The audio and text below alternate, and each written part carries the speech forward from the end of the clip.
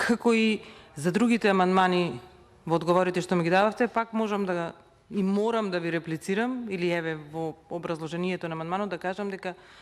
ми кажувате или ми читате нешто што ни е многу познато, меѓутоа сакам да ве информираме и вас и јавноста дека овој е проект кој што веќе пред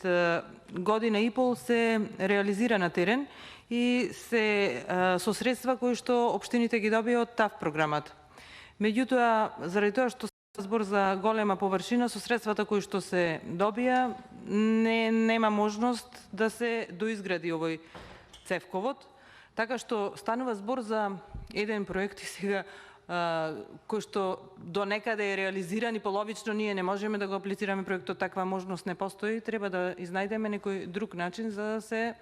дореализира, односно да се доизградат уште 587 метри. Знаете и сам дека за да аплицира си да земе средства од било кој од овие програми кои што вие ми ги прочитавте сега, проектот се аплицира од почеток, односно да не е почнат со реализација, па за да може да се земат средствата за целокупната изградба. Бараме помош од државата, односно државниот буџет, заради тоа што финансиската ситуација на општина Прилеп е навистина лоша и не само на Прилеп, туку и на другите општини, онаму каде што имаме можност, ние треба од